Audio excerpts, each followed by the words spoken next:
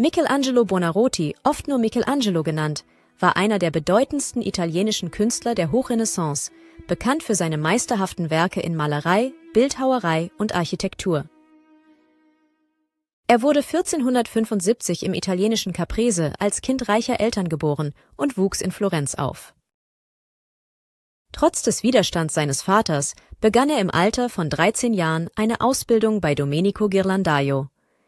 Diese setzte er in der Kunstschule von Lorenzo il Magnifico fort, wo er seine Leidenschaft für die Bildhauerei entdeckte. Ein Mitschüler schlug ihm auf die Nase, entstellte ihn, so dass er sein ganzes Leben mit seiner vermeintlichen Hässlichkeit leben musste. Früh wurde er als junger Künstler von der einflussreichen Medici-Familie in Florenz protegiert, für die er viele Werke im Verlauf seiner Karriere schuf.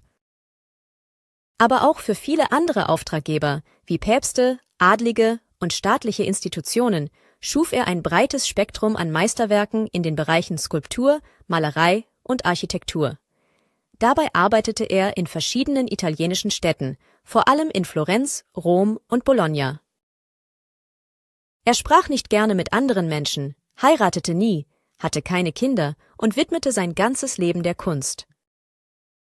1534 verließ er Florenz endgültig und zog nach Rom.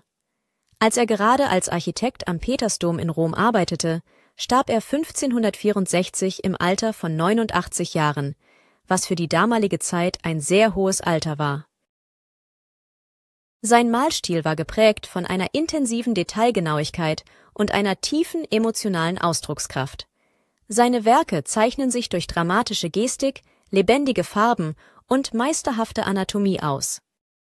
Häufige Motive seiner Kunst waren biblische Szenen, mythologische Themen und menschliche Figuren in dynamischen Posen, die seine Studien des menschlichen Körpers widerspiegelten.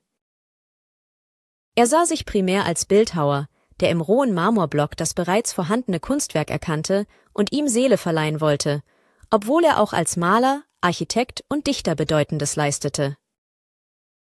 Er entwickelte viele Pläne für gigantische Werke, aber nur ein Bruchteil wurde realisiert. Die Gründe dafür reichen von Zeitmangel und Interesseverlust bis zu philosophischen und psychologischen Interpretationen. Eines seiner Meisterwerke der Bildhauerei ist der David.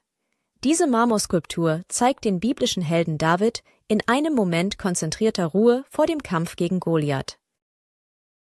Die Erschaffung Adams ist eines der bekanntesten Bilder der westlichen Kunstgeschichte. Es ist ein Fresko und Teil der Deckenmalerei der Sixtinischen Kapelle. Es zeigt den Moment, in dem Gott Adam das Leben einhaucht.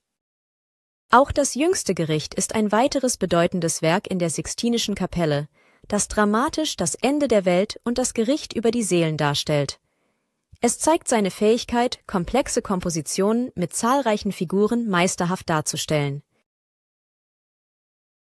Er schuf rund 300 Zeichnungen, etwa 40 Skulpturen, mehrere monumentale Fresken und war ein produktiver Architekt. Seine Werke bleiben als Meisterstücke menschlicher Kreativität und technischer Fertigkeit unübertroffen.